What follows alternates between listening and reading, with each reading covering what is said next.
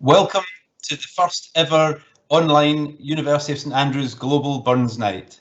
My name is Robert Fleming. I'm the Director of Development for the University, and I will lead you through our programme this evening. I extend our welcome to current students, their families, alumni and friends from all over the globe. We started with the Chancellor's Piper, Alistair Robinson, playing Scotland the Brave. He's a current third-year student studying modern history. He's from Galashiels in the Scottish Borders and has been playing the bagpipes since he was 9 years old. He currently competes with the Scottish Borders Pipe Band, and I know he is very honoured to be the Chancellor's Piper. And the skirl of the pipes is the perfect way to introduce the St Andrews Global Burns Night. We've posted the running order for this evening in the sidebar, and that is also the place you can use to send in any comments or questions. Let us know where you're joining from around the world, and we expect the event to run a little longer than advertised for about 90 minutes until around 9:30 GMT. I'm delighted to open the evening formally by introducing the Principal and Vice-Chancellor, Professor Sally Mapstone.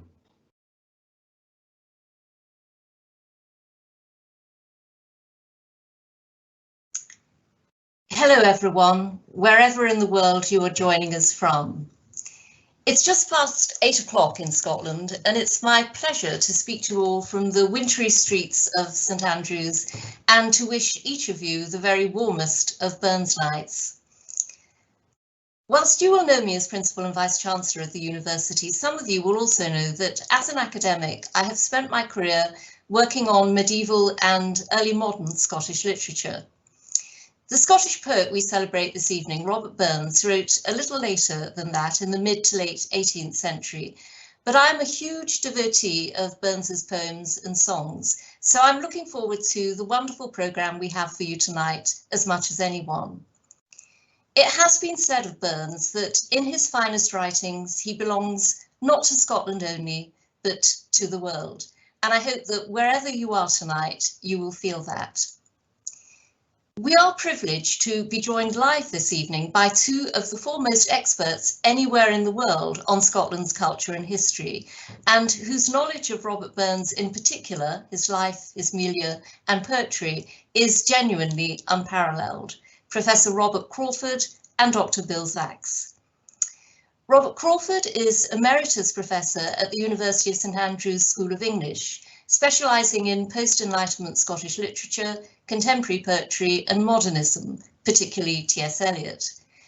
Robert's publications include Scotland's Books, The Penguin History of Scottish Literature, The Bard, the authoritative biography of Burns, and The Best Laid Schemes, the selected poetry and prose of Robert Burns, which he co-edited with Christopher MacLachlan.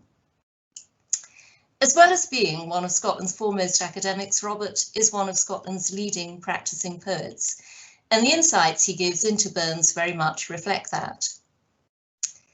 Dr. William Sachs is an honorary fellow in the School of Literatures, Languages and Cultures at the University of Edinburgh. Bill is one of the most prolific, insightful and established book collectors in the Western world, and he possesses a personal collection of breathtaking scope and importance. But beyond this, Bill is both extremely generous with his knowledge and his expertise and generous with his collection, something that does not always distinguish bibliophiles. Bill frequently lends and shares his priceless resources. Bill's collection of Burns material is unrivaled, and without spoiling the surprise, he will tonight share with us materials which are unique and enormously exciting.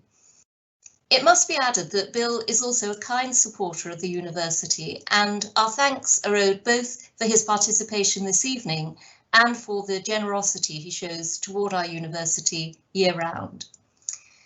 Both Professor Crawford and Dr. Sachs will be introduced again to you later, so for now I wish simply to welcome them both wholeheartedly and to thank them for their participation. Public impressions of Robert Burns today can be highly romanticised. He can be seen as a figure whose verse captures the beauty of the nation and whose portrait has become synonymous globally, not only with Scottish culture, but with Scotland itself. History, however, provides us with different views of Burns, and our speakers will touch upon some of this in the course of this event. We will catch some of what Robert Crawford has referred to as Burns's magnificent mixedness. Burns has been appreciated by other poets, much appreciated by them. One of his early admirers was Lord Byron, who wrote of Burns's letters, but probably with his poetry in mind as well.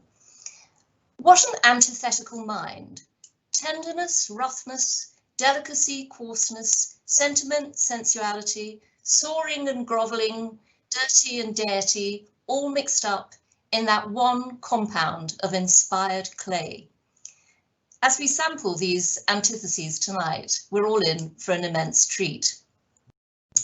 Burns's poetry itself inserts itself into our lives and rituals. Tonight we will hear our students perform Burns's To A Haggis, a staple of Burns Night. We'll hear Burns's poem A Red, Red Rose set to music, a song of such beauty that it has made its way into many of our lives. The fact that we celebrate Burns Night at all demonstrates the influence this cultural figure exerts over us. Rarely has a poet had quite this kind of influence right across the world. This legacy is most profoundly observed in Burns's most famous poem, Auld Lang Syne. Very many of you will usher in the new year with this poem set to music. And indeed, this song is not exclusive to the new year. It will close our event this evening, and it accompanies countless other special occasions where people meet to enjoy one another's company. Indeed, I should add, I heard it played by the violin wonderfully just this morning at a little celebration online for the departing Chinese ambassador to the UK. The poem's meaning has taken on greater nuance in the past year. Its message of companionship and gathering tainted by our inability to be together in person due to the pandemic. Auld Lang Syne is a poem about remembrance, and it features a melancholy but beautiful depiction of the past ideal. I'm thinking particularly of the following verse. We twa hae paddled in the Burren frae morning sun till dine, but seas between us braid hae roared, sin Auld Lang Syne, which English parlance would have as we two have paddled in the stream from the morning sun till dinner, but broad seas have roared between us since a long time ago. Our community is at present separated both by land and sea, and there is a sadness to this. But so too is there cause for hope and celebration, and Burns shows us the way here too. His poem overcomes the sadness of separation by emphasising the importance of connection. And there's a hand, my trusty fear, and gie's a hand o' thine, and we'll tak a richt good willie wacht for Auld Lang Syne. So to translate that again, and there's a hand, my trusty friend, and give me your hand, and we'll take a really good drink for the sake of old times gone by. Today, we're still able to meet together virtually, and one thing that our modern aptitude for communication has made clear throughout this pandemic is just how strong our St Andrews community is. In the spirit of Burns and in the characteristic way of our university, St Andrews has remained a place of collegiality and friendship, shared conversation and shared ideals, despite the seas that roar between us, and it will go on being so. That ideal comforts our students and staff wherever they may be. So it really is a pleasure to be with you all this evening to celebrate Robert Burns, but also to celebrate our truly unquenchable university and its family of students, academic friends and alumni. My very warmest thanks to you for joining us, to our guest speakers and participants, and to Robert Fleming and the Development Office team for masterminding the event we're about to enjoy. Please make sure that you have before you an appropriate beverage to toast this evening with in due course, or from the start, if it suits you. It's now a pleasure to hand back to Robert Fleming, who will initiate proceedings.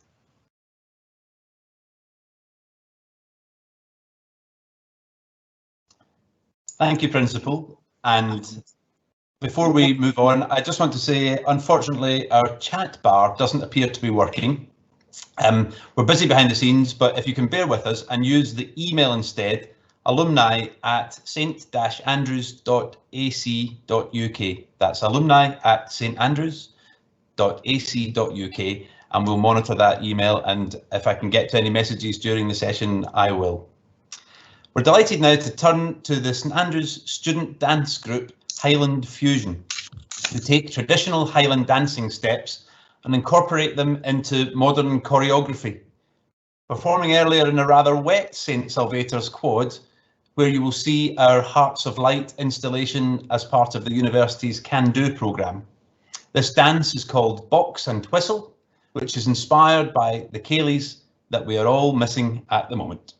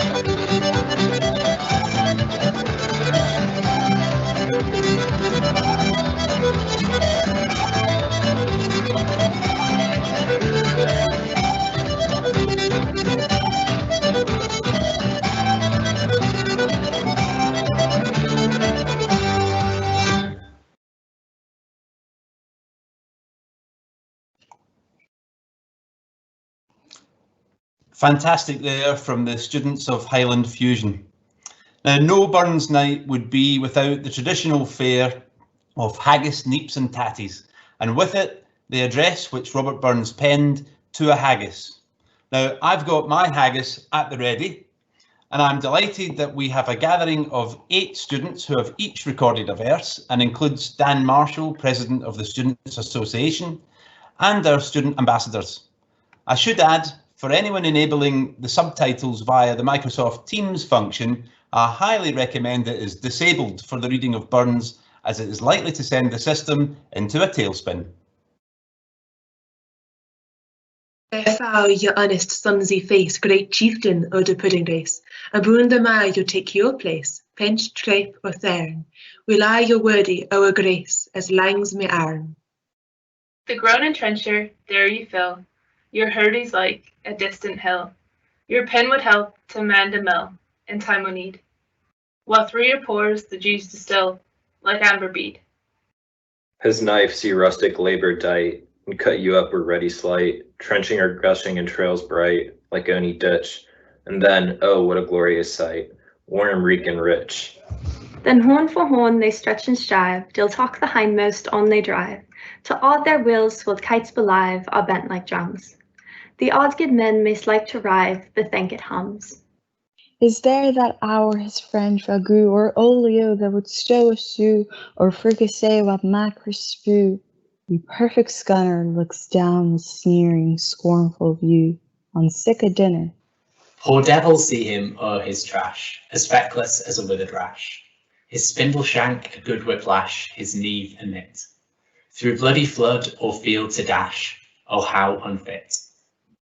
But mark the rustic, haggis fed, the trembling earth resounds his tread.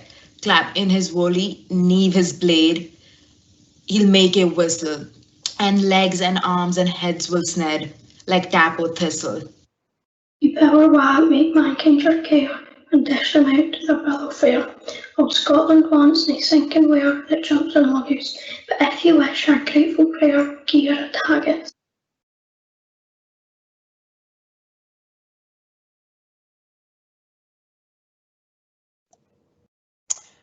Absolutely brilliant. Many thanks to our students for tackling To A Haggis. And in order of appearance, they were Emily Jenkins, Naomi Boone, Alec Maximilian Veit, Sasha Estelle Smalstig, Dasha Krasnodemskaya, Dan Marshall, Inayat Rai, and Heather Gildy. Now, I'd like to introduce Dr. Jonathan Kemp and Scott Gardiner, who are going to perform a couple of traditional songs for us this evening.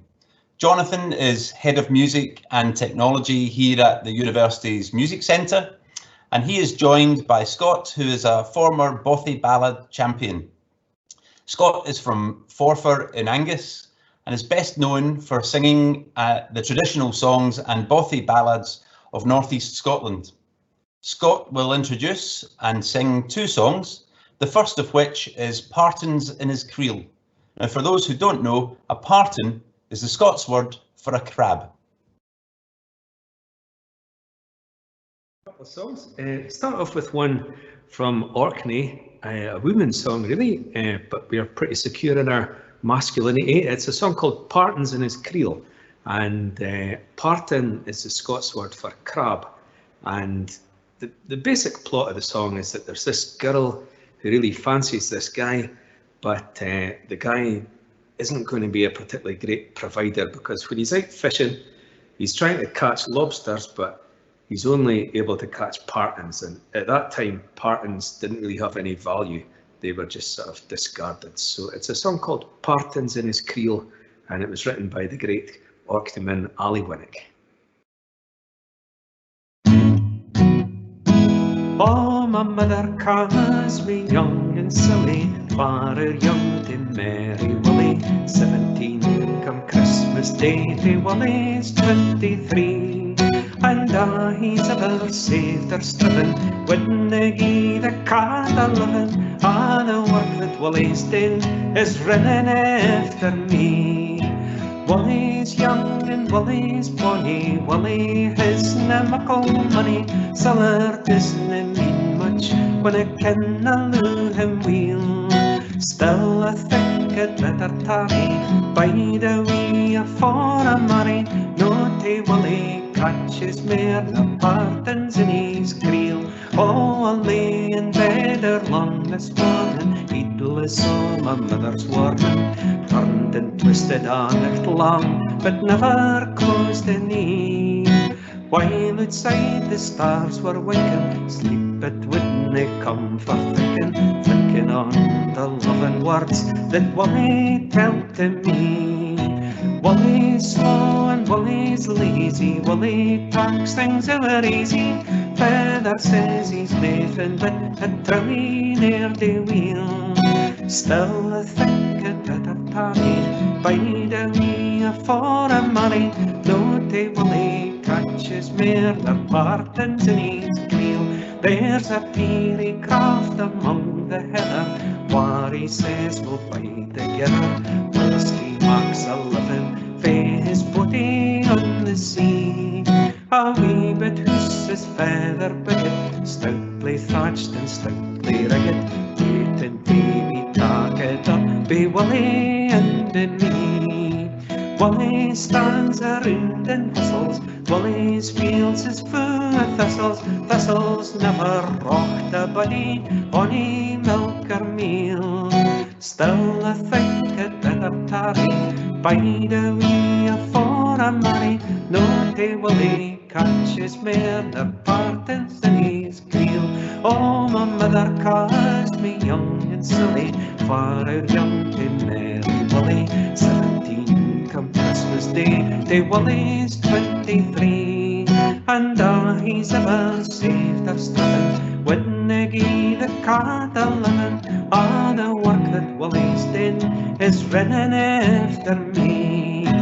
Willie's slow and Willie's lazy, Willie takes things over easy. Father says he's nothing but a train near the wheel. Still I think I'd better tarry, bide a wee for a marry.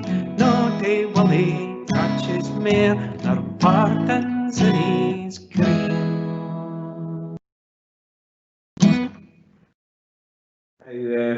We're going to do a Burns song now. It's another love song.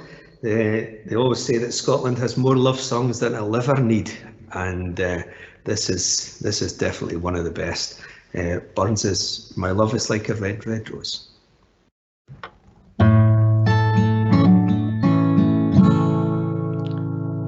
My love is like the red, red rose that's newly sprung in June. My love is like the melody that's sweetly played in tune.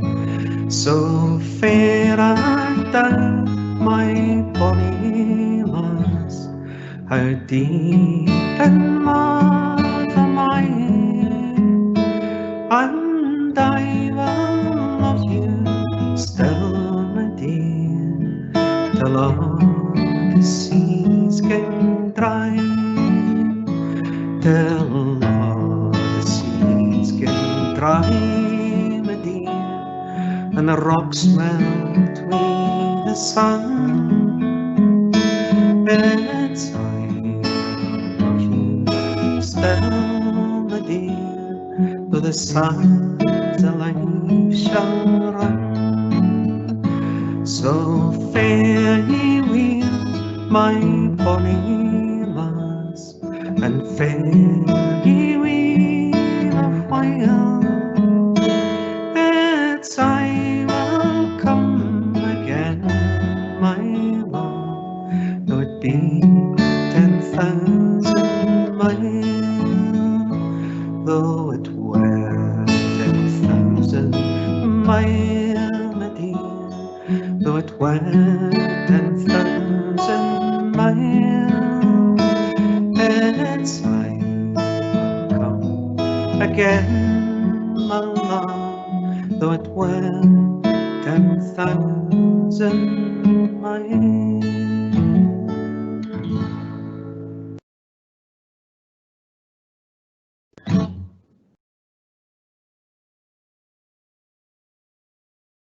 Many thanks to Jonathan and Scott for their performance and the wonderful soothing sounds of Burns' A Red, Red Rose, so beautifully performed there. Now, before we go to the next item, I just want to let you know that there are more than 1,300 people joining us this evening at the moment. That's the latest count. I know they spread from as far as North America to Asia and even to Kenya, but across Europe and throughout the UK. So welcome to everybody. We've got a few messages coming in. An email from Douglas and Susanna McClymont, class of 2001, just to say really enjoying the Burns night. Nicholas 1994 and Andrew 1993 wishing all a hearty hello from Hampshire as they move house tomorrow. Please do a shout out to Sharon. Happy to do that. Happy Burns night. Greetings from Gillian from the Cambridge Club to all. And a happy Burns night from Lisa from London, class of 2013, tuning in, missing St Andrews. Well, even the people that are here living in St Andrews are missing St Andrews at the moment.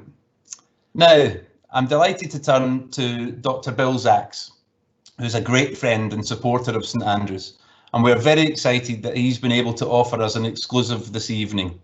Bill is here to tell us about his remarkable discovery of a unique handwritten document which tells the story of the very first Burns supper. Bill is an American who lives in Edinburgh, is an author and scholar, a collector and curator. He hosts seminars for the MLit programme in book history at St Andrews, and he is the author of several books about the 18th century and about Scotland in particular. He is one of the world's foremost collectors of Robert Burns, as you are about to discover. Good evening, friends from across the globe, and a special welcome to the students at St Andrews University, who no doubt are tucking into their haggis, neeps and tatties now, warm, ric and rich. I speak to you from Edinburgh's Old Town, just a few hundred feet down from the castle, in a courtyard where Robert Burns himself is known to have stayed when he arrived in Edinburgh from Ayrshire at the end of 1786. He'd come to Edinburgh in the wake of the successful publication of this book known as the Kilmarnock Burns, the first edition of his poetry.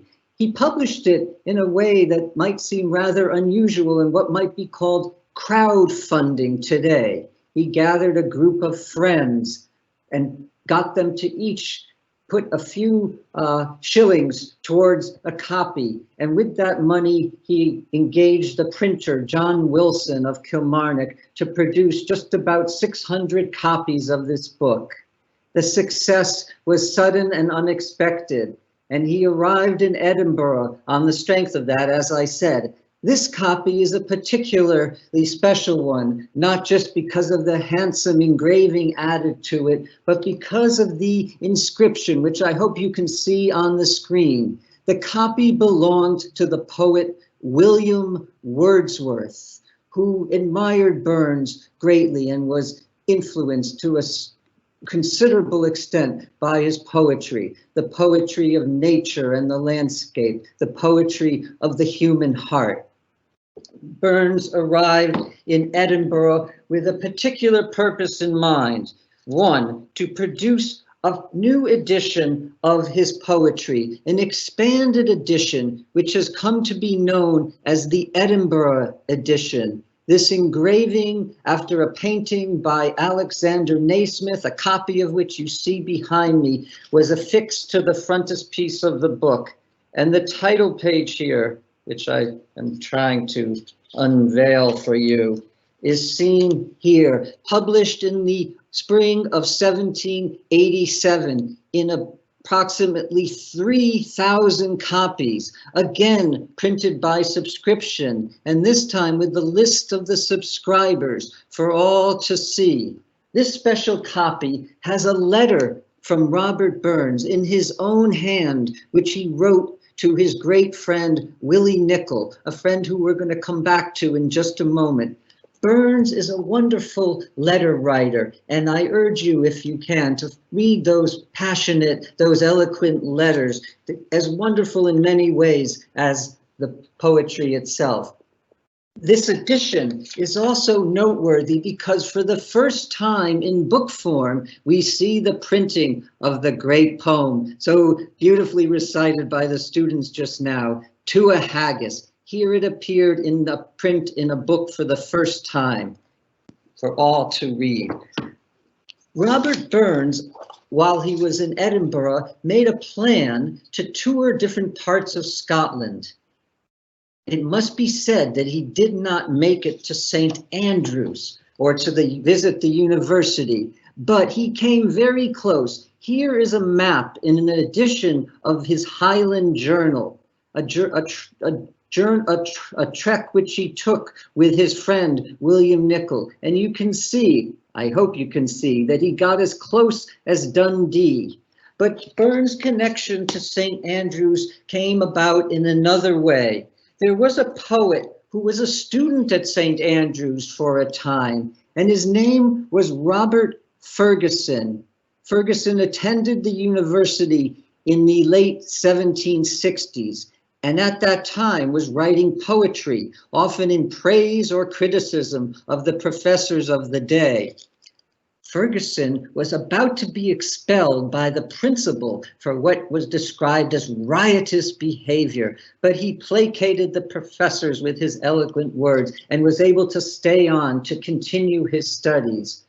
Burns, although he never met Fergusson, Fergusson tragically died at the tender age of 24. In 1774, Burns described Fergusson as my elder brother in misfortune, by far my elder brother in the muse, that is, as a poet, and called Fergusson further an ill-fated genius, the heaven-taught Fergusson. This unassuming small volume of Robert Fergusson's poems, a third edition published a few years after his death in 1785, is a very poignant special copy because, as we can see from this inscription, it was owned by Robert Burns himself. Burns would have read through these pages over and over and began to absorb the brilliant poetry that, it must be noted, was written in Scots, and Ferguson's Scots poetry freed Burns in many respects to write his own brilliant poems in his native language. This copy inscribed to Burns' friend William Cairns as a small but sincere mark of esteem from Robert Burns. Now we come to the central element of my presentation.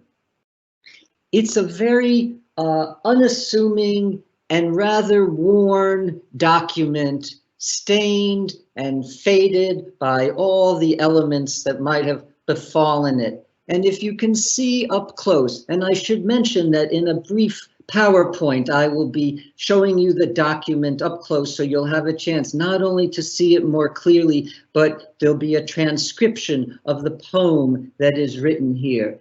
It begins the anniversary of Burns, and this is, without a doubt, the single unique record of what happened at what can be regarded at the very first Burns Supper. You can see perhaps that it says July 1801, and we have every reason to believe that it took place on the 21st of July in that year, 5 years to the day after the death of Robert Burns at the age of 37. 9 men gathered together where, of course, in the birthplace cottage of Robert Burns, here shown in an early photograph from the 1870s, as the cottage was at the time. These men gathered there to celebrate, to commemorate the life and memory of Robert Burns. This, as I said, was the first Burns Supper, and this the only surviving document of what happened there. We know that 3 key elements that have come to characterize Burns Suppers in the 220 years since were established on that evening. The orchestrator, the conductor of this evening, was a man called the Reverend Hamilton Paul, a more or less forgotten figure who wrote the poem that I am going to read in conclusion to you, a poem that can be regarded as the very first immortal memory. The three key elements which Hamilton Paul and his 9 fellow diners established that evening were: 1, the toast to the bard. And not just one toast, we can be certain, but at least 9 toasts in all. There was whiskey, of course, which had to be celebrated and consumed. Perhaps not the Robert Burns whiskey that I'm holding in my hand right now, and which I will be drinking momentarily. There was, of course, beer. The cottage of Robert Burns, where he had been born in 1759, had by 1801 become an alehouse, so we can be certain that beer was on tap. This bottle comes from a brewery in Castle Douglas, not so far away. And there would have been wine. These were Ayrshire gentlemen, well-to-do gentlemen who would have enjoyed their cups of wine. This Bobby Burns wine, an Australian Shiraz, might not have been so accessible in 1801, but nevertheless useful for our purposes. And if you're a teetotaler, why not a bit of Coca-Cola, here issued by the Coca-Cola Company in 2009 to commemorate Scotland's homecoming year.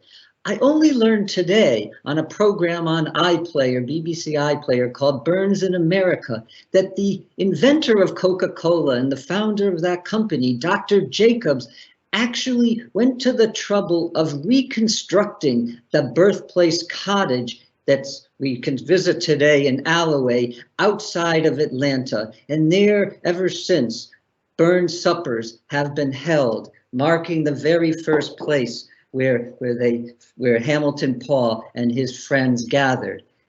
Second, the eating of a haggis. We know that haggis was eaten at that time, and another Scottish dish that has fallen out of favor, or should I say flavor, sheep's head, the head of a sheep.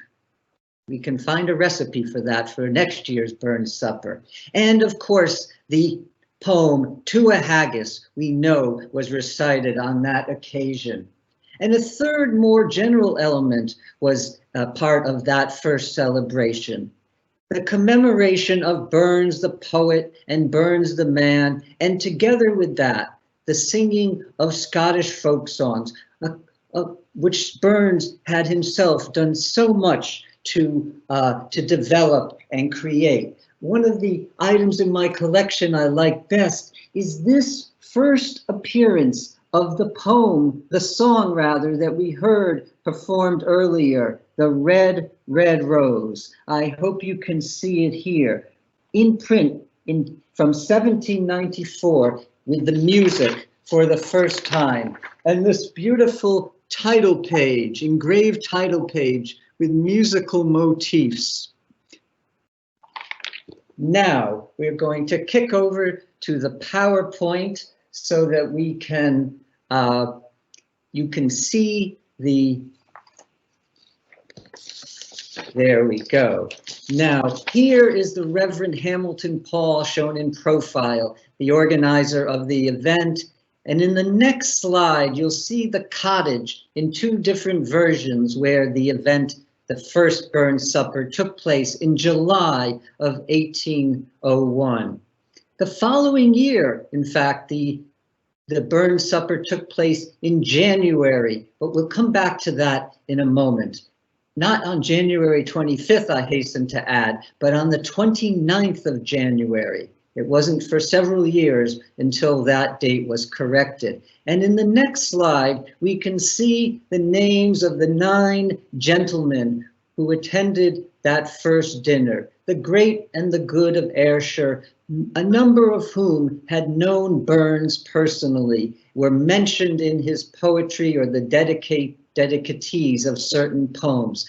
But let's note the 9th person in the list, Thomas Jackson, who at that time was the rector of the Eyre Academy, and a few years later moved over to become what else? The professor of natural philosophy, the fancy term at the time for physics professor at the University of St. Andrews. How wonderful to think that someone of closely connected with St. Andrews, was at that very first Burns supper and could tell his students and colleagues what had happened at that event.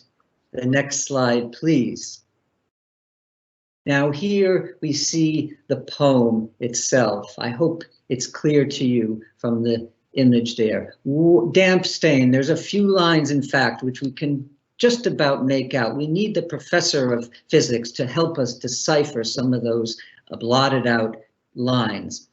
The poem begins with a Latin couplet from the poet Ovid, reflecting on the idea that Achilles, the great fallen warrior's armor, was not fit for anyone else to wear, in the same way that to write a poem commemorating Burns, the great poet, was in a sense an impossible task. But the Reverend Hamilton Paul had a go, as you will see now.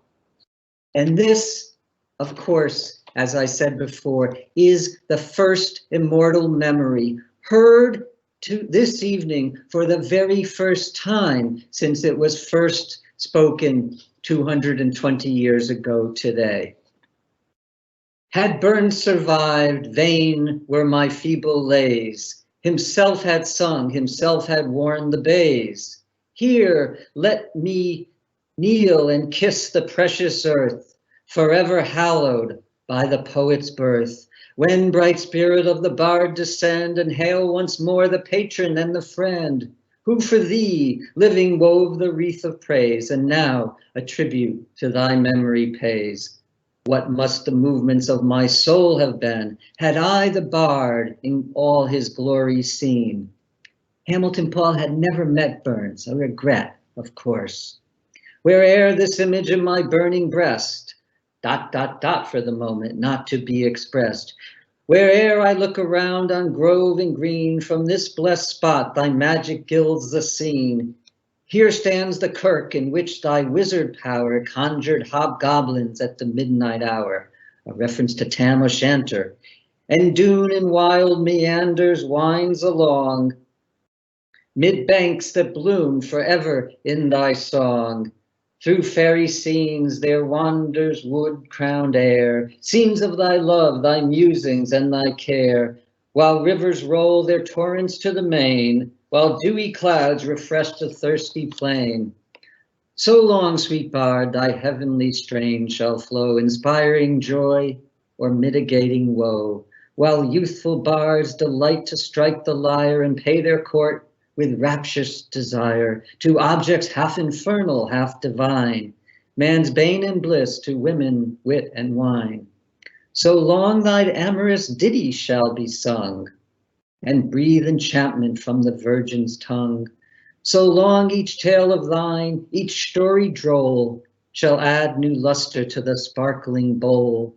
Mine eyes, which round this humble chamber stray, in which the poet first beheld the day, are fixed to those to whom the bard was dear. Oh, what a group if Burns himself were here. Well, ladies and gentlemen, I would assert that Burns is himself here with us all across the world, as he has been for the 220 years since the Burns Supper has been with us. I am delighted to share with you, those of you who love the poetry of Burns, this immortal memory, this first immortal memory. And with those of you who we may admit it, have not read a single word of Burns. Burns is not so easy to read. It requires some study and application. He himself, in his work, included a glossary, in fact. In the very first edition, the Kilmarnock edition, we see a glossary of Scots words, particularly of Ayrshire words, that he knew would be difficult for his readers to understand. And this is this final item in my collection is a manuscript in the hand of Robert Burns, where he lists several words that were to go into the glossary that went into the Edinburgh edition, an expanded list. It's a poignant story because his widow, Jean Armour, was forced to cut up the manuscript of this glossary and sell it piecemeal to people to provide food for her family. Other bits she gave away to friends when she could. So we celebrate Burns, and we share this first immortal memory with you, with all of us who love Scotland, its history, its literature, its landscape, all its contradictions and paradox, and with those of us, everyone here, who loves Scotland's oldest university, the University of St. Andrews. I raise a dram to the immortal memory of Robert Burns. Slange. Thank you. Slange, Bill, and thank you so much. I'm sure everyone will agree what a truly remarkable presentation that was, and thank you so much for choosing the University of St Andrews community to unveil the manuscript from the Reverend Hamilton Paul's first Burns Supper, and the very first immortal memory, and for sharing the St Andrews connection of Robert Ferguson to Robert Burns. In these days of enforced lockdown, I hope I'm allowed to say we look forward one day soon to a return to riotous behaviour of students to St Andrews. Now, I want to just remind everyone that if you can send your messages to us, the address to use is alumni@st-andrews.ac.uk. We're actually being inundated with messages. If you can help us by putting Burns in the subject title, that'll speed things up for us. We've got shout outs from Dr. Alexandrina Guran from Vienna, loving everything. From Jonathan Hewitt, the General Counsel Assessor to Court. Good evening, everyone involved in tonight's broadcast, and to our alumni everywhere where they are celebrating this evening. We've got a message from Jean and Dick Dodds, participating from Texas, USA. From Stephanie and her mother Teresa, coming in from North Wales in the UK. And we've got Joanna and the class of 2004 with a special hello to her fellow graduates of Arabic, Charlotte, Tina, Kate, and everyone else. We've got loads more to come, but if I can turn now to our next musical interlude, it is to introduce BBC broadcaster and tenor Jamie MacDougall, and Scott Mitchell accompanying on piano from the annual vocal festival St Andrews Voices. In October 2020, it was a Distant Voices festival where Jamie and Scott performed Alistair Nicholson's arrangement A Fond Kiss in the Laidlaw Music Centre.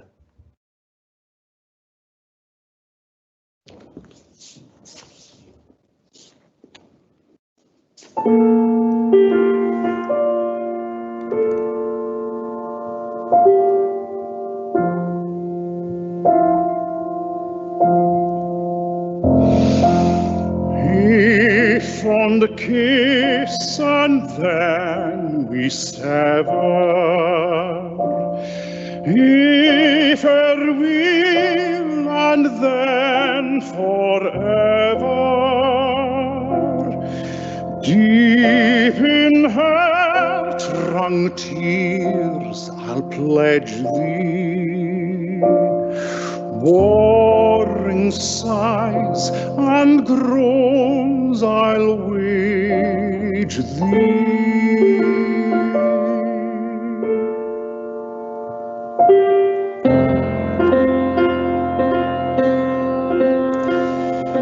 Had we never loved so kindly, had we never loved so blindly, never met or never parted, we had ne'er been broken hearted.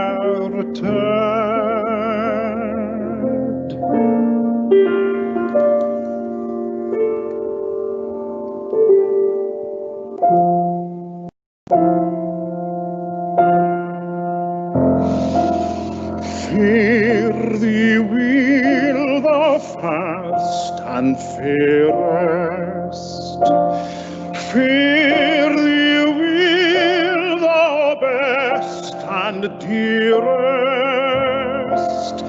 Thine be ilka joy and treasure, peace, enjoyment, love, and pleasure.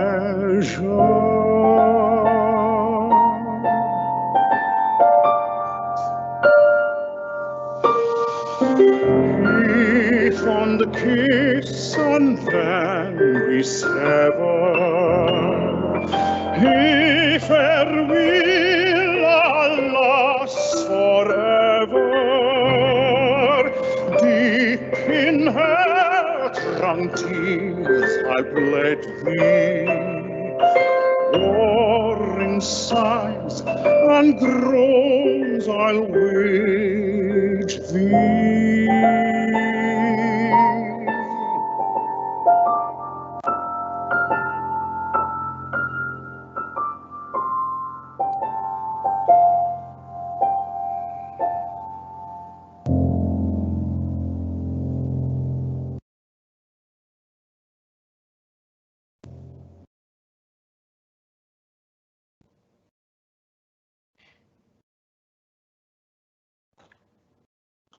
A big thank you to Jamie and Scott for that wonderful rendition, and also a sneak preview of the Macpherson recital room in our Laidlaw Music Centre, which was due to open in April last year and has had to be postponed and postponed again. But we can't wait to start inviting people to performances there when all this is over. Now, the next person to introduce is a recital from Len Pennie, who is in her third year here at the university studying Spanish language and literature. She's also a poet and Scots language activist, and has a following of over 70,000 people on Twitter under the handle Miss Punny Penny. We're delighted to have her perform her own poem, a retelling of Burns' To A Haggis, Address to the Lead. Address to the Lead. Fair fa, your honest sonsy face, wha hinks of Scots is a disgrace, a lead that's meant for lesser hings, no there to learn. A lead well kent by mony folk, that does nae harm. A hint keyboards the wee troll hides, aboon your soul the hatred bides, your words are naught but draps of rain, again my heed. Takes mair than dubs all filled wi' pish to drown me deed. We ken the rot your soul contains, one single lead within your brains. We'll look upon you filled with shame, but then a fash. The Scots lead moans drive on in spite of all your snash. Then, word for word, Scots will nae dee, my time and tongue all I can gie, and gie it all I will until my final breath. Our poems will be said by bairns lang past were death. Is there that troll wha sneers in shame, or cries me mony a hateful name, or seeks to cause me muckle pain for what I do? Looks down with sneer and scorn for view on what I say? Poor deal, see him o'er his screen, his English neat, his grammar clean, he fects for country and for queen, but doesna see. If Abdi's gonna look his way, it's nae me. But mark the chills wha speak the lead, wha kens its living never deed, and ken it's fit for all the time, no special days, and sees the poor wee hypocrites on 25ths and Hogmanay's. Ye powers, whar way me every hour, ye me smed 'em ye canna smoor, old Scotland wants nae lingophobes wi' a hateful heed. But if ye wish her grateful prayer, follow my lead. Thank you.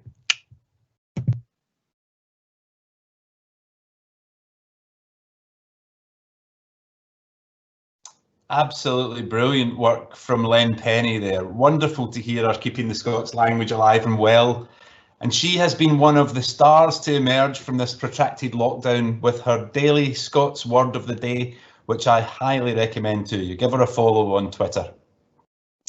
Now, before I turn to the next item, just a few more shout outs. We're so many, it's brilliant to see all the messages coming in. But a happy Burns Night from Stephen in Bristol, just tucking into his haggis, class of 2002 there. From Alex, 1993, and her husband Rob Walmsley in London, loving this celebration. Thank you for putting this on. Happy Burns Night, everyone. Friends who are joining in London, they always meet up, and we've given them an excuse. And from dialing in together from the home counties. I don't actually know who that's from, but I'm shouting out to you anyway. Enjoy the Burns Night from the Isle of North Uist in the Outer Hebrides from Alan McCulloch, class of 1985. Greetings from the Walsall Scottish Society from Dr. Christopher Morris, MBCHB, St Andrews 1969. From Lauren Ray in the class of 2019, missing St Andrews so much. It's wonderful to get here. She's 3 p.m. wherever she is in the US, raising a glass of whiskey in celebration. That's from the Ray family. And greetings from Chester. Wonderful to see familiar sights of St Andrews. Met her husband, married her husband Martin in the chapel back in 2018. Can't wait to return to St Andrews. Absolutely loving our Burns Night. That's from Ian Sudlow McKay, class of 2010. I'll come back to more later, but next I want to introduce Dr. Paul Malgrati. He holds an undergraduate and master's degree from the Institut d'études politiques de Paris, Sciences Po, as well as a doctorate from the University of St Andrews.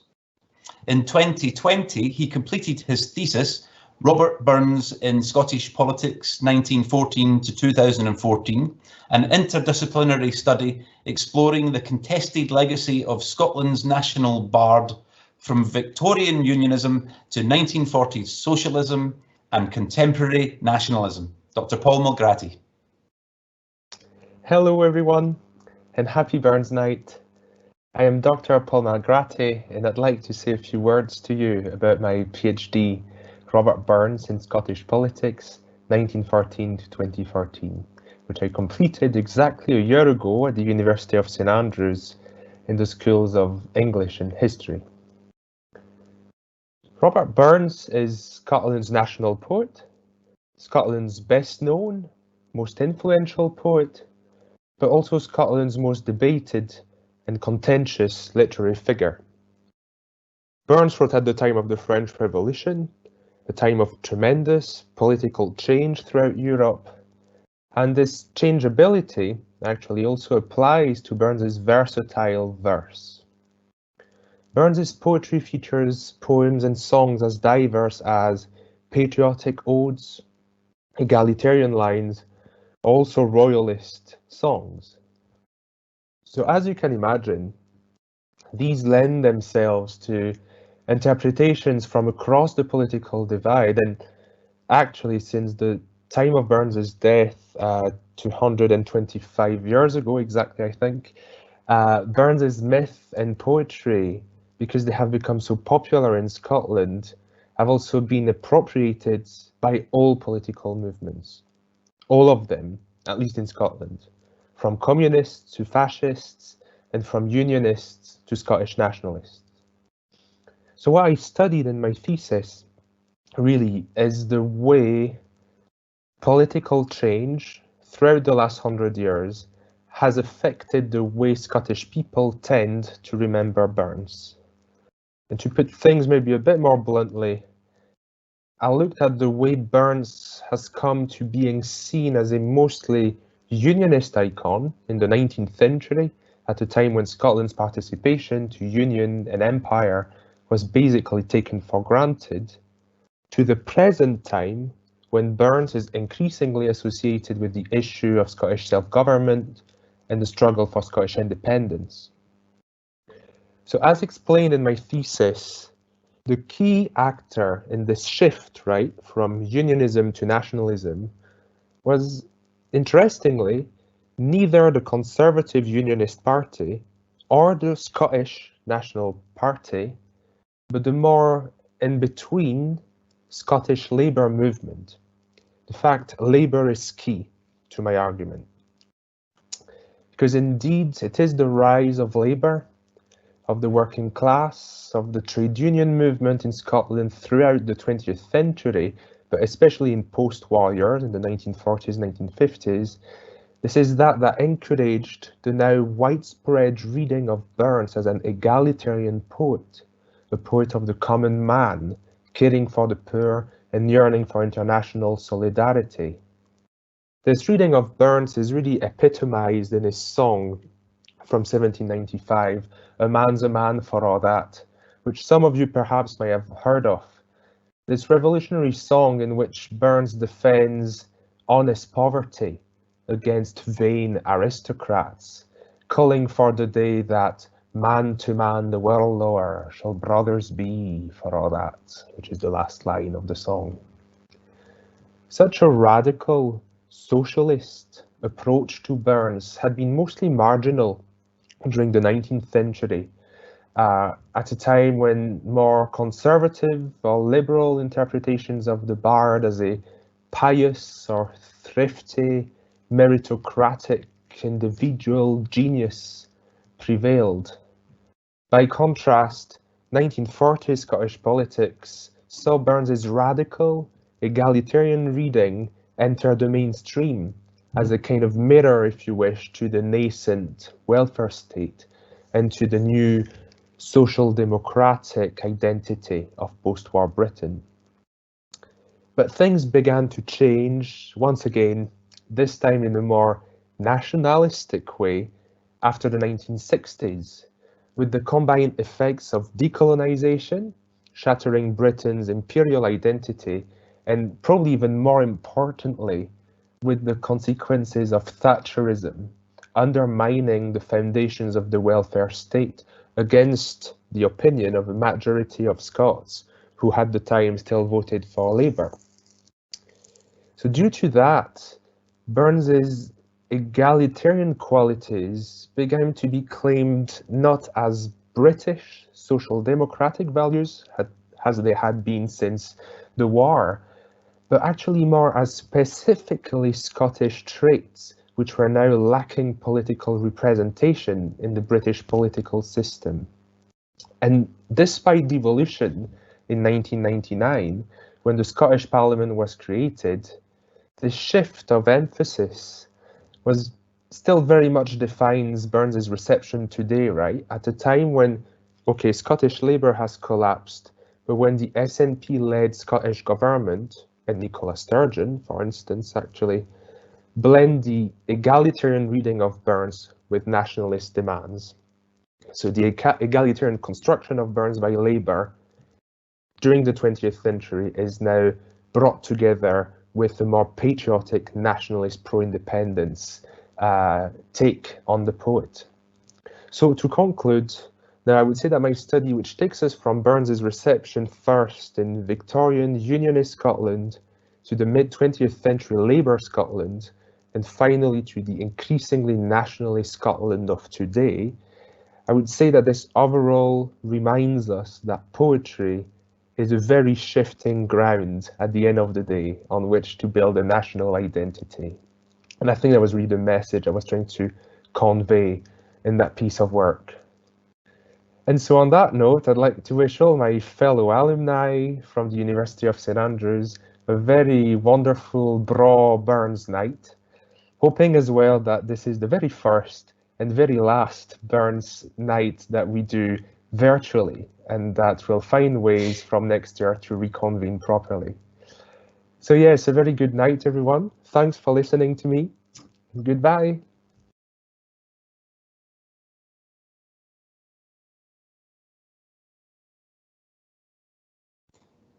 That's fantastic from Paul. Thank you very much for sharing the basis of your thesis with us. And I happen to know that the supervisor for Paul's PhD was none other than Robert Crawford. So I'm delighted to welcome Robert Crawford, Emeritus Professor of Modern Scottish Literature in the School of English. His recent collaborations of poems include The Scottish Ambassador, published in 2018. He writes poetry in English and Scots. His biography of Robert Burns, the Bard, won the Saltire Society's Scottish Book of the Year Award.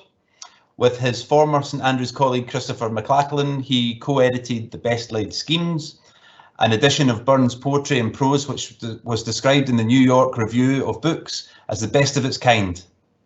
Robert is a Fellow of the Royal Society of Edinburgh, a Fellow of the British Academy, and a foreign member of the Norwegian Academy of Science and Letters. He's going to deliver the immortal memory, that part of a Burns supper which culminates in us all drinking a toast to Robert Burns. So make sure you have a glass of something drinkable ready to raise to the bard. This is a great event. There are now over 1,350 people at it. I've never been to a Burns supper like this. I've been trying to track the north-south axis and the east-west axis. And by my calculations, the north-south axis runs from Guernsey to Oslo, and the east-west axis from Vienna to Seattle. So that's quite impressive. I've got a lot of awkward memories of Burns suppers. When I gave the immortal memory at the Turbolton Bachelors Club, a club that Burns founded and that still celebrates him, I was sitting beside a genial Kirk minister. And before I spoke, and while we were munching our haggis, neeps and tatties, he whispered to me that I could get away with saying anything to the Bachelors Club members as long as I didn't suggest that they should admit women. And I knew that in my speech, the one I was about to give, I made the point that in Burns's day, the club's highlight was its annual dance, which was a thoroughly mixed affair, and so it would be entirely appropriate for the modern day club to admit women. I went ahead with the speech as planned, and they never invited me back. I'm quite used to being not invited back to Burns suppers, because something stubborn, something thrown in me, feels obligated to say things about Burns, poetry and society that not everybody wants to hear. Bad Burns suppers involve a saccharine bard, a Burns lollipop, drooled over by folk who, as Burns once said of his neighbours in Dumfriesshire, have as much idea of a rhinoceros as of a poet. Burns is warm, egalitarian, freedom-loving, and has a signal mix of rhetorical oomph, nimbleness, sting and tenderness that leaves a pristine fingerprint on the page and haunts the ear. But Burns is also the poet who almost went to work on a slave plantation. He's sometimes predatory, self-dramatisingly opportunistic, and sly. And we can't appreciate him fully without realising he's complex and challenging as well as alluring. There's a blend of predation, rhetorical flourish, rakishness and glee in the poem O Leave Novels. It's a flashy young man's poem, and one that comes from an 18th century world where nouvelles, those sexily French-sounding books that now in a West of Scotland accent we call novels, were becoming fashionable reading, particularly among women. Adventures including Henry Fielding's novel History of Tom Jones, a Foundling, and the tale of threatened virtue, Sir Charles Grandison, were all the rage, though not necessarily among working-class women in rural Ayrshire villages like Mauchline.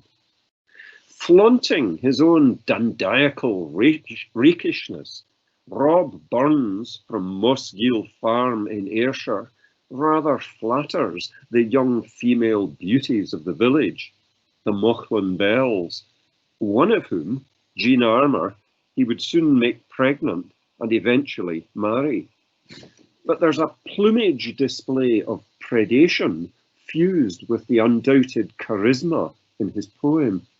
This was the romantic, proto-Byronic Burns, poised and posing as mad, bad and dangerous to know, and celebrating, with a wink, his own seductive power. This poem ends with sly internal rhyme and an insinuating serpent kiss.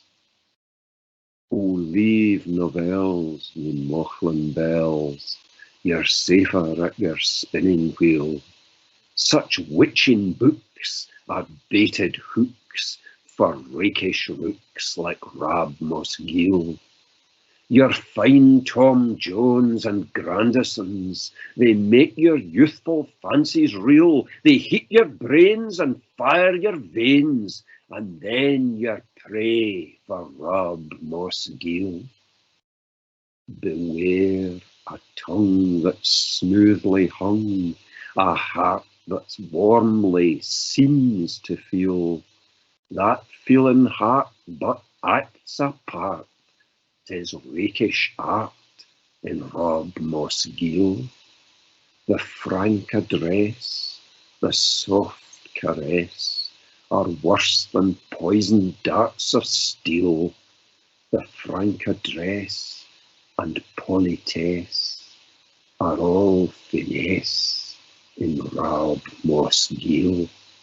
Now, it would be unfair to see Burns only in terms of such staged, self-conscious predation. He is, after all, as we've heard tonight, one of the world's most tender love poets. He knows how to calibrate vulnerability. Yet in Burns, as in many men who flaunt at times somewhat preening masculinity, there's anxiety too, and his anxieties can speak unsettlingly to ours. Burns is one of the first poets, for instance, to voice what we might now call ecological anxiety. You hear it in those lines, "I'm truly sorry man's dominion has broken nature's social union." The word ecology wasn't available in the language when Burns wrote To A Mouse, but he was a poet able to connect agriculture and culture as readily as Hesiod, Virgil, Basho and others had done in their different societies. Burns understood ecology and the sense of our world as oikos, as home. To A Mouse is one of his most anxious, most often misunderstood poems. It's not cute, it's not Mickey Mouse-ish. Written in the wake of a banking crash and soon after the death of his teenage brother, it's a poem filled with anxiety and uncertainty about what may come. It was composed as Burns's own family worried they might lose their home. But it's also a poem of enormous solidarity, and it has about it not just a sense of dread, but that warmth of voice which invites the hearer into a social union, every bit as deep as that of the engaged, imaginative, sympathetic understanding advocated in his theory of moral sentiments by the young Burns's favourite philosopher, Adam Smith. To a Mouse, on turning her up in her nest with the plough, November 1785. Wee, sleekit, cowering, timorous beastie, oh, what a panic's in thy breastie. Thou needna start awa sae hasty wi' bicker and brattle. I would be laith to run and chase thee wi' murdering pattle. I'm truly sorry man's dominion has broken nature's social union, and justifies that ill opinion which makes thee startle at me, thy poor earth-born companion and fellow mortal. I doubt na whiles that thou may thieve. What then? Poor beastie, thou mun live. A demonicker and a thrave's a sma' request. I'll get a blessing with a lave and never miss it. Thy wee bit housie, too, in ruin. Its silly was the winds are strewing, and naething now to big a mewing no foggage green, and bleak December's winds ensuing, baith snell and keen. Thou saw the fields laid bare and waste, and weary winter coming fast, and cosy here, beneath the blast thou thocht to dwell, till crash, the cruel coulter passed out through thy cell. That wee bit heap o' leaves and stibble has cost thee mony a weary nibble. Now thou's turned out for all thy trouble, but hoose or hold, to thole the winter's sleety dribble and cranioch cold. But mousie, thou art no thy lane, improving foresight may be vain. The best laid schemes o' mice and men gang after gley, and layest nought but grief and pain for promised joy. Still, thou art blessed compared with me, the present only toucheth thee. But och, I backward glance my ye on prospects drear, and forward, though I canna see, I guess and fear. If you type into Google the words Robert Burns in a face mask, you can find recent images of a bust of Burns at his birthplace, Alloway in Ayrshire, wearing a face mask, and of a Burns statue in Stanley Park, Vancouver, wearing a face mask. What could be truer to this anxious poem to a mouse than these anxious, gone viral Burnses? And what could hint more succinctly at his global reach, his sense of universal as well as local community? One of the great things about belonging to a university community is you get to meet all sorts of folk you'd never otherwise encounter. For me, a highlight of my university career was encountering the Estonian composer Arvo Pärt. I'd proposed him for an honorary degree, and when I met him, I had little to say, but we were able to communicate sufficiently that he signed a CD for me with his unique signature, and it's still a treasured possession of mine. Can you see that? I loved the way too that when Arvo Pärt was photographed afterwards with his rolled up degree scroll, he stood there with the university choir and made as if he was playing it like a clarinet. Lovely man. And I knew too that one of the first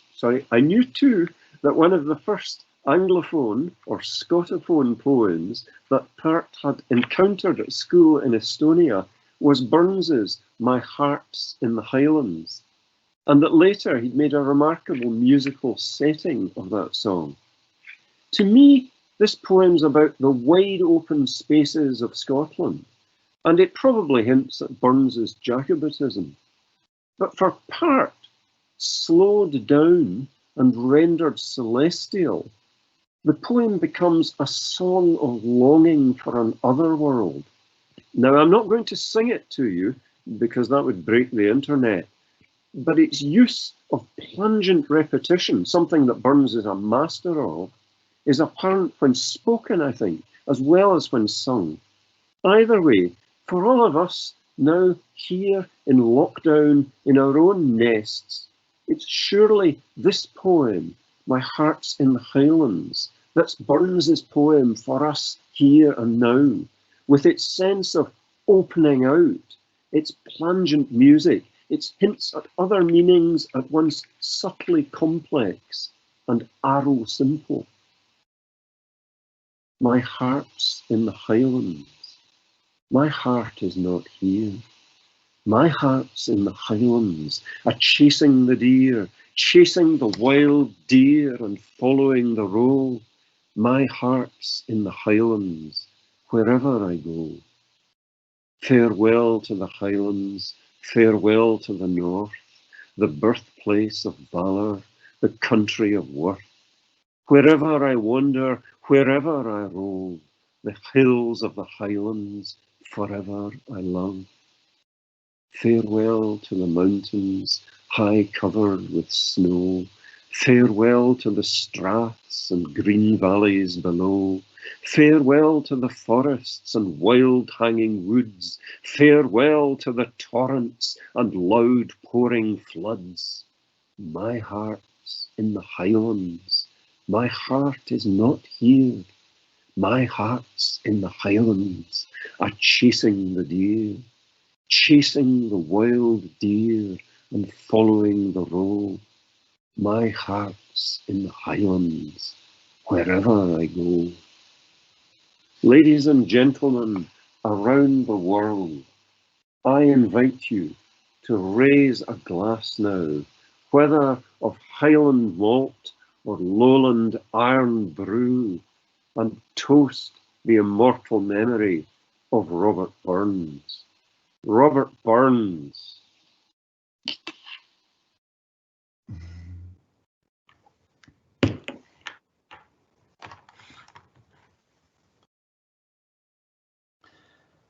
Absolutely brilliant, and I've toasted Robert Burns with a 12-year-old Edredour. Thank you to Robert Crawford. I'm glad we've tempted you out of retirement, but as we said in rehearsal, we're never going to let you retire properly. So, Slanjavar, cheers everybody.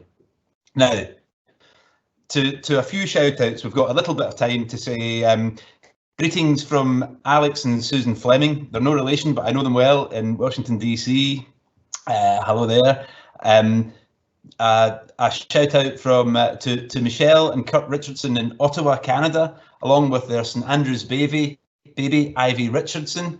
Well, we'll have a conditional letter going in the post in the morning.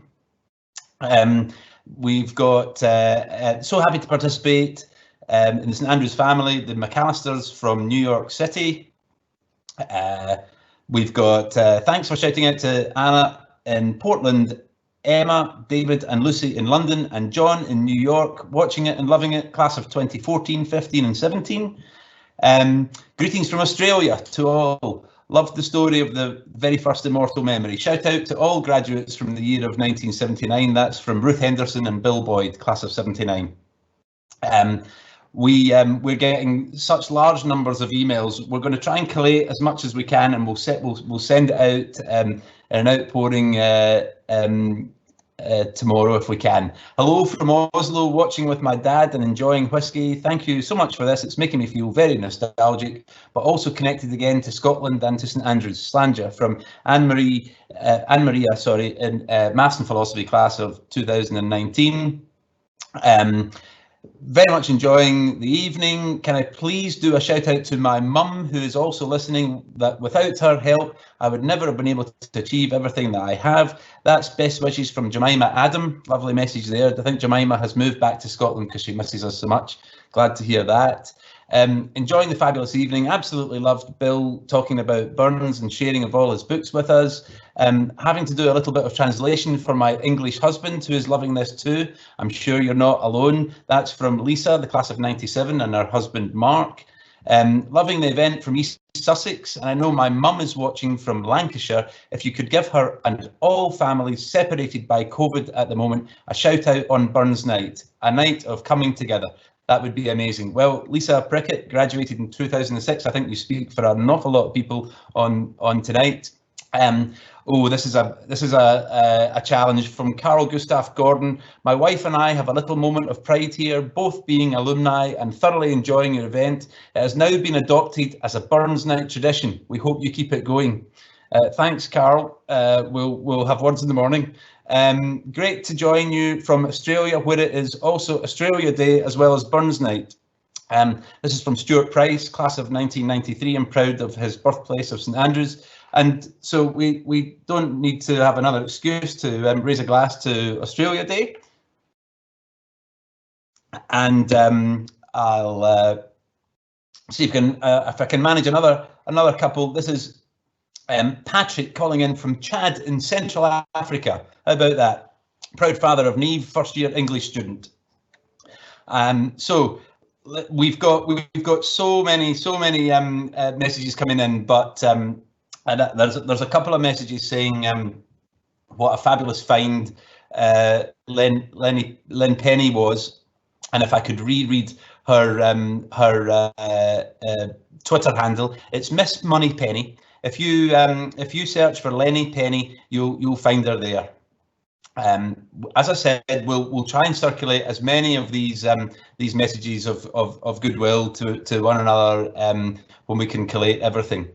Now, sadly, we're just about at the end of the evening, but please allow me on you. Sorry, I'm going to just say we're coming to our penultimate item of the evening, and Natalie Klaes, a second-year statistics and psychology student and an Alan Chalmers choral scholar in the St Salvator's Chapel Choir. Shout out to Alan if you're watching.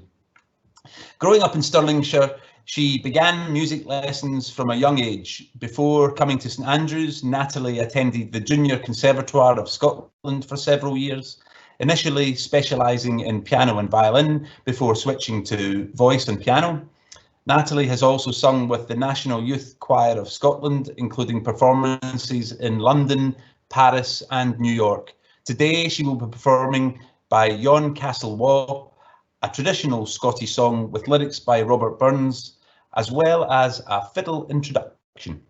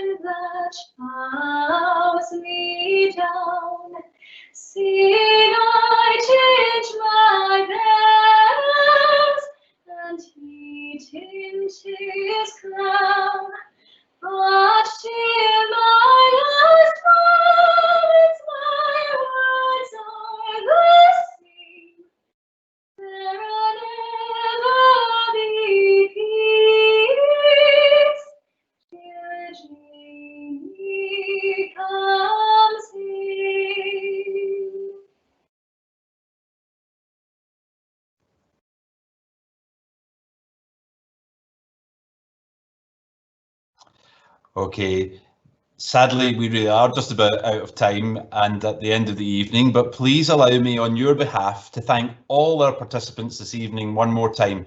To Principal and Vice-Chancellor Professor Sally Mapstone, the Chancellor's Piper, Alistair Robinson, the St Andrews Student Dance Group, Highland Fusion, the Students Association President Dan Marshall, and all our student ambassadors who took a verse in To A Haggis, Dr Jonathan Kemp and Scott Gardiner, Dr Bill Zacks, Jamie MacDougall and Scott Mitchell from the Voices Festival, Len Pennie, Dr Paul Malgrati, Professor Robert Crawford, and as you've just heard, the wonderful sounds from Natalie Klaes.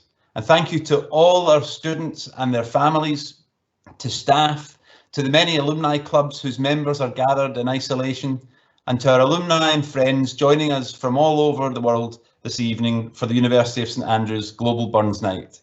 We extend best wishes from everyone at St Andrews for better times as we come through these lockdown days and haste you back.